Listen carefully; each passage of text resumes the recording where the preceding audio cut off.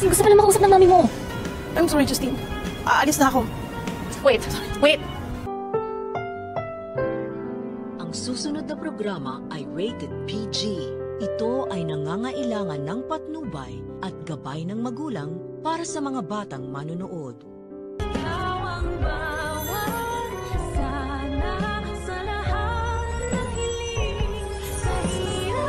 Nandyan pa si Sir Pepe. Gagaling siya.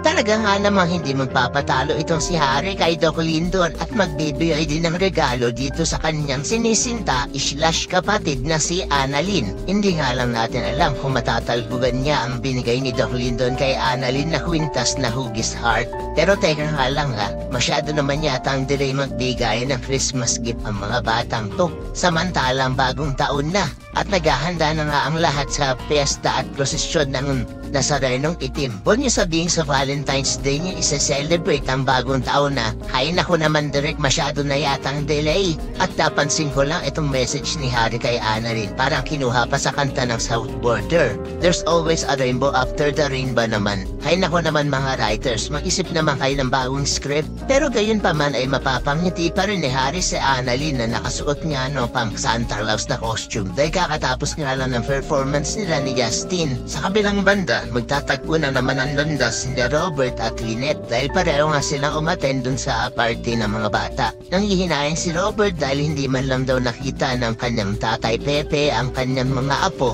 na sila Justin at Annalyn na magkasama. Pero ang paalala ni Lynette kay Robert na hindi pa naman daw patay si Lolo Pepe, kaya naman may pag-asa pa rin makita niya ang kanyang mga apo. Pero parang nawawala ng pag-asa itong si Robert at sasabihin niya kung paano daw kung hindi na magising ang kanyang tatay. Samantala, nang makita naman ni Justin ang kanyang nanay Giselle doon sa venue ay parang papaalis niya pa ito.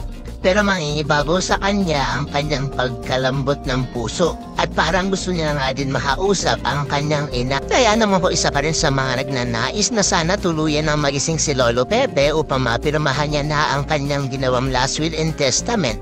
Ay pakilike ang video na ito and don't forget to subscribe. Thanks for watching and see you on our next episodes. Bye-bye!